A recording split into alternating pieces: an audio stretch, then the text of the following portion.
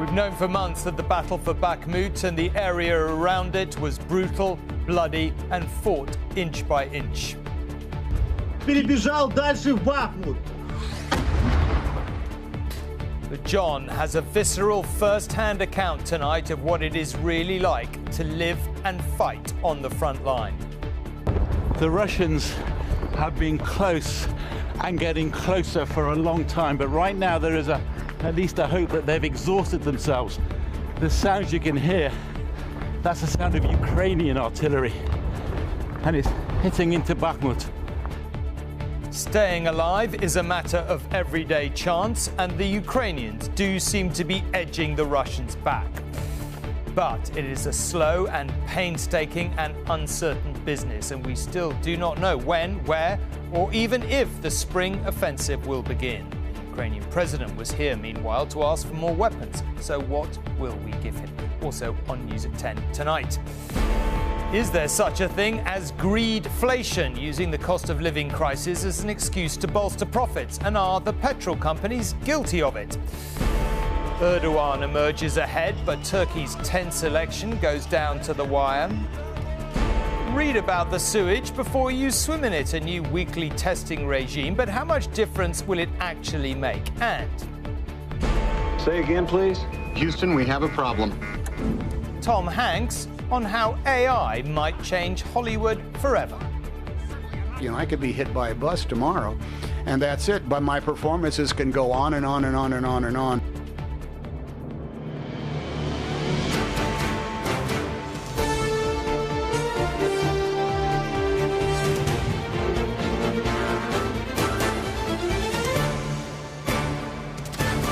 This is DanTV News at 10 with Tom Bradby.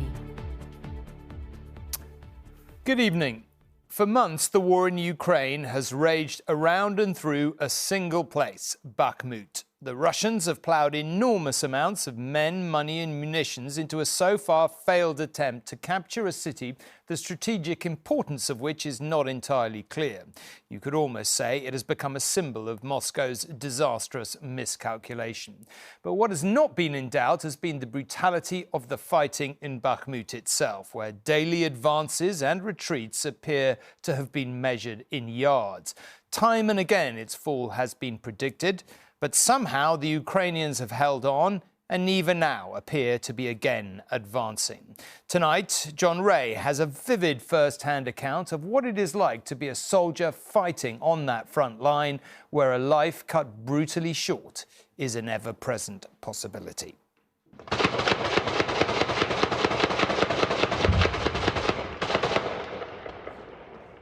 This is the hell on earth that is Bakhmut. The longest battle of the war. Its name was unknown outside Ukraine 6 months ago, but the war has put the town on the map Перебежал дальше в Бахмут. and is now obliterating it. It is a place of constant gunfire and explosions, where snipers shelter in shattered buildings. And in battered streets, Ukrainian forces fight back. These pictures, filmed for ITV News, show them trying to evacuate a wounded comrade. Then the whistle of another Russian shell. It lands unnervingly close. The difference between life and death is measured by such slender margins. But as the uneven rhythm of this war gathers pace, it is here the Russians have been halted and in places turned back. Though veterans like Skiv know it is painful, uncertain progress. How's it going, guys? Not bad. Yeah? It's a war, you see, and no one knows what's going to happen in a minute, you see. Do the Russians still fire back a lot? A lot. A lot. A lot. They shoot all day, all night, 24 hours. The fighting has swallowed up the neighboring town of Chasiv Yar. where we dash across the gaps between buildings that offer cover. The Russians have been close and getting closer for a long time, but right now there is at least a hope that they've exhausted themselves.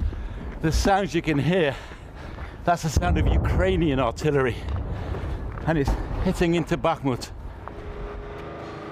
We climb to the upper floors of a ruined apartment block, where 2 Ukrainian soldiers scan the sky, ready to shoot down Russian helicopters. Later, a Ukrainian warplane circles, searching for a target. In these woods, they hunt Russians too. And all the while, Russians are hunting them. But for the first time in months, Ukrainians here sent more than the mere chance of victory.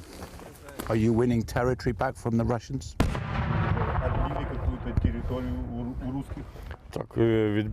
We are fighting back, not quickly, and it's not a big area, but we are slowly moving forward. Beyond the tree line, with Russian drones overhead, it's not safe to linger. So hunter and hunted alike, both hide in the earth. A world of cigarettes, sweet drinks and sharp eyes directing the fire. There's smoke from a Ukrainian shell. It misses a Russian trench. So the crew adjusts their aim. And this time score a direct hit. Theirs is a gun supplied by Britain.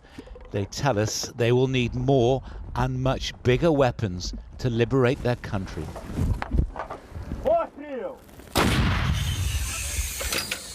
In artillery terms, this unit is almost toe-to-toe with the Russians. It is a relentless and bloody struggle. And if you think that the front line stretches 900 miles, then you understand the monumental scale of the task facing the Ukrainians. Back in Chasiv Yar, the few civilians left watch the changing tides of war. Sergei nurses a shrapnel wound. Do you worry? Let the Russians be afraid, he says. It's a time for strong nerves. Only the dogs can afford to flinch. John Ray, News at 10, Eastern Ukraine. Well, for months now, the war in Ukraine has been at a standstill, with both sides struggling to make any significant gains. Much of the fighting, as we just saw in John's report, has centred on the city of Bakhmut, where US intelligence estimates around 100,000 Russians have been killed or injured in the past 5 months. So why is Russia plunging so much resource into taking the city? After all, even before the war, it had a population of just 70,000. There was only limited value in its transport infrastructure, and with no major military bases, you could hardly say that Bakhmut holds much strategic value. However, it does lie in the way of Russia capturing the wider Donbass region and the value that would bring to pride and morale. As for Ukraine, it suits them quite effectively for the Russians to continue ploughing huge amounts of equipment and troops into Bakhmut, draining enemy manpower and resources ahead of a widely expected spring counteroffensive. No one knows for sure where or even when it will come, but one theory is that Ukraine will strike south from Zaporizhzhia, where they'll try to divide the Russian-controlled territory currently connecting the Black Sea port in Crimea to the rest of Russia. But any such counter-offensive needs weapons and indeed warplanes, and today Volodymyr Zelensky came to Britain to push for a fighter jets coalition. Arriving in Chequers by Chinook helicopter, an unannounced visit by the Ukrainian president to one of his staunchest allies. You are actually the first foreign leader that I've had the privilege of welcoming here as Prime Minister. You did a lot, you, your government and His Majesty, the King, and of course your people, your society. We're very thankful from all our hearts. But Volodymyr Zelensky was here for more than warm words and to admire the view. He secured a commitment from the UK to provide unmanned long-range attack drones and hundreds more air defence missiles. On his long-standing plea for fighter jets, however, there was only limited progress. We want to create this jets coalition, and I'm very positive with it.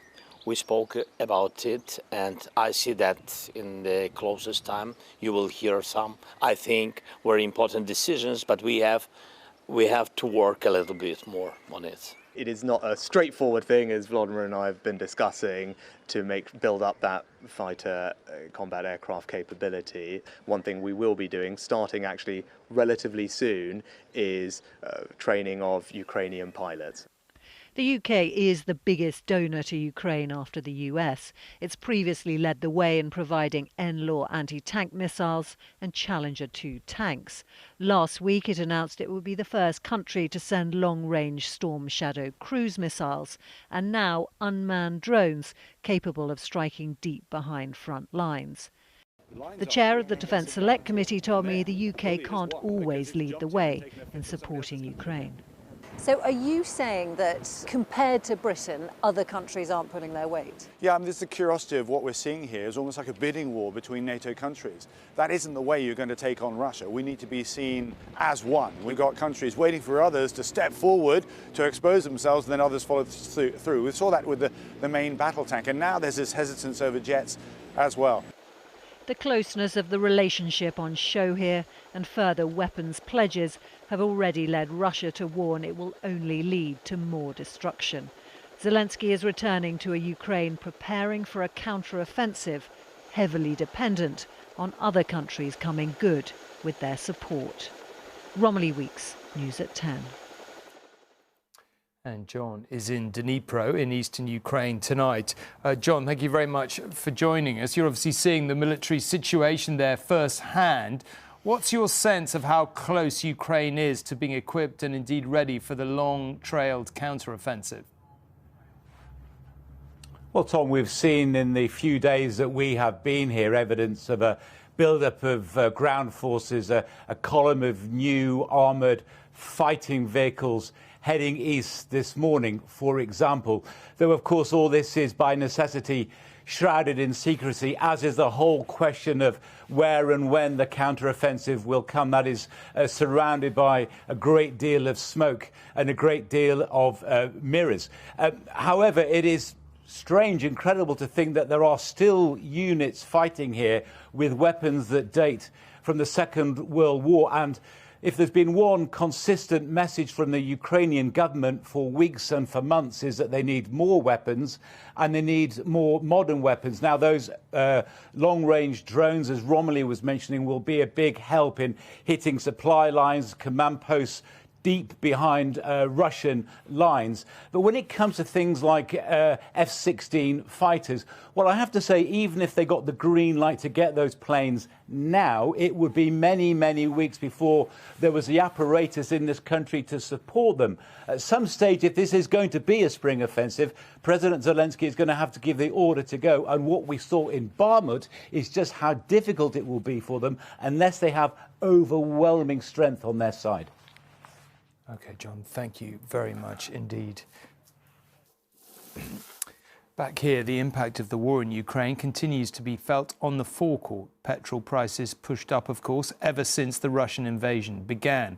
But a warning today seems to confirm what many have been suspecting for quite some time, that it's not just the big global factors at play. Fuel retailers themselves have been gradually increasing their own margins, the watchdog claims, over years. And the days of supermarkets significantly undercutting their rivals may have come to a spluttering halt. It's one of the most visible and painful aspects of inflation, and now officials will ask big retailers to justify high fuel prices after finding evidence of increased margins. Candice Mason runs a coach company in Hertfordshire and is convinced fuel prices are not fair. We are not benefiting from the wholesale price coming down. We were penalised when the wholesale price was going up last year, but it hasn't worked both ways. Competition officials say last year's pump prices appear to be 5p a litre more than if margins had remained at usual levels. And there's particular concern about diesel, with high margins longer than would be expected. The average price for diesel is now 154.3p a litre, compared to unleaded petrol at 145. Yet the RAC says the wholesale price of diesel is 4p lower than petrol. Officials say that while supermarkets tend to be the cheapest outlets, evidence from internal documents suggests at least one has significantly increased margins. Whilst some of the factors driving the price rises have been global factors, including, of course, Russia's invasion of Ukraine, there are factors within the control of supermarkets that seem to have been contributing to that increase. Petrol retailers told us wholesale prices remain volatile. They'll cooperate with officials and are focused on value. But this independent forecourt owner says there's now plenty of scope for price cuts. I think supermarkets are keeping their prices higher than what they should be. There's no way that we're buying fuel 20 pence a litre cheaper than they are. Like I said, the savings have been coming down for a while now, so I don't understand why the prices aren't dropping across the country. For many months, drivers have had searching questions about what they're paying at the pumps. Now, perhaps at last, officials will get the answers. Chris Choi, News at 10. Well, those claims of profiteering are fueling not just the cost of living crisis, but also a new word in our language, greedflation. The idea that inflation is essentially higher than it should be because companies are pushing up prices to protect or indeed expand their profits. And as you would expect, to tell us what's actually happening, Joel is here. I guess the point about this is, we all expect the cost of living to rise, so companies are using that to jack up prices. True or false? Well, look, there's been some companies that are clearly coining it in, aren't there? You look at, it's been raining oil and gas money for months. For energy companies, their profits are 15 times higher than they were just a couple of years ago. If you look at mobile phone companies, a lot of their contracts, their customers are pegged to price rises above inflation. Windfall time, ka-ching. If you look back just a few months ago, new cars were in such short supply that the price of second-hand cars went through the roof. But analysis by Michael Saunders, a name who may not be familiar to many of our viewers, but who this time last year was setting interest rates at the Bank of England, suggests these are the exceptions to the general rule. Have a look at this. What this will tell us is if you exclude oil and gas companies, the aggregate profits, that's what the line shows, of non-financial companies in the UK actually fell in the year to last September. They're now down at 17% of national income, gross domestic product, and that's close to a 25-year low, Tom. Saunders argues that not only actually are profits being squeezed for most UK companies, but there's evidence that they're running down their deposits at banks too. This, he argues, is actually quite alarming. It's usually a precursor for job losses and for companies to draw back on investment. In the past, though, according to Saunders, the evidence here is completely clear. The overwhelming majority of the rises in inflation we've seen reflects cost pressures from energy and other commodities. Translation, most companies are up against it too. They're passing on their costs where they can to their customers. They're not profiteering. Joel, as ever, thank you for sorting truth from fiction. Now, let's move on to Turkey, where the race for the presidency will be decided by a second round of voting later this month. The confirmation from the country's Supreme Court comes after yesterday's election failed to deliver the outright majority needed. And while the opposition had begun the campaign confident in their ability to grasp power, it was Turkey's very long-serving incumbent President Erdogan who emerged last night with the upper hand. He may have come just short of an outright win.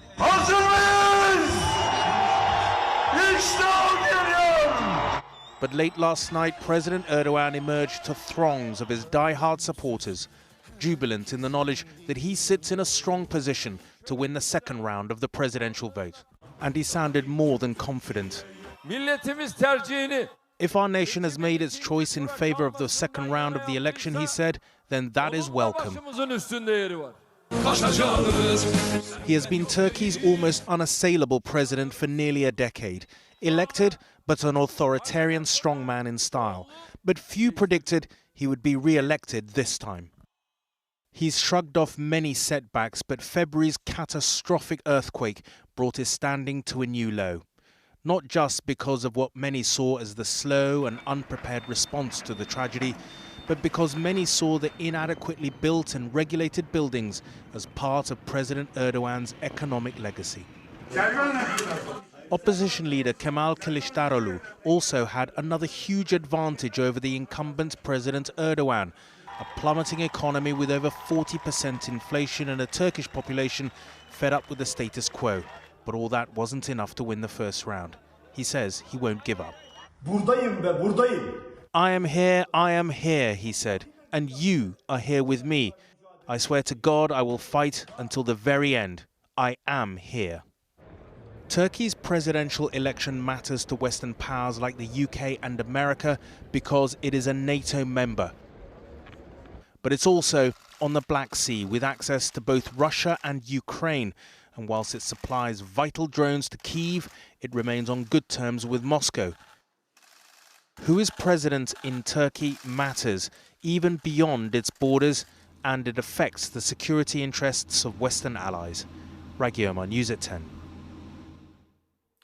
At least 6 people have died in New Zealand tonight after a fire broke out at a hostel. Emergency services were called to the block in the capital, Wellington, at around midnight local time.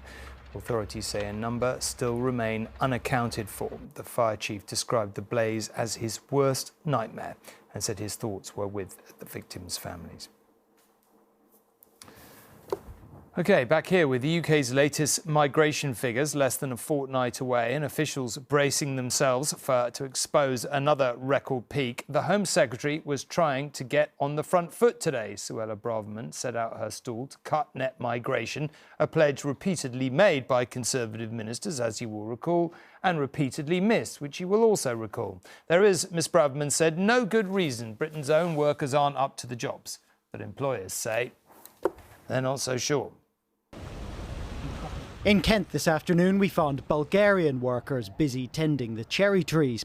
But the Home Secretary thinks British workers should be trained to do this and other work. There is no good reason why we can't train up enough truck drivers, butchers, fruit pickers, builders or welders. Brexit enables us to build a high-skilled, high-wage economy that is less dependent on low-skilled foreign labour. But the owner of the Kent fruit farm says that when it comes to fruit pickers at least, it's not that simple. No, it's not training. To live in the UK, to satisfy mortgage lenders, to open bank accounts, you cannot do that on seasonal work. Are your workers from abroad actually counted as migrants anyway? No, this is why I'm rather perplexed about Suella Braverman. She is the Home Secretary. She has signed the visas for our work permits and they last for 6 months. Everybody who comes to work on this farm or in horticulture can only stay for 6 months, then they leave. But the Home Secretary is having trouble bringing net migration under control. The last figures showed it running at a record high of 504,000. The next figures, due in 10 days' time, have been predicted to show net migration running at more than 750,000. Yet there are also pressures to keep letting people in.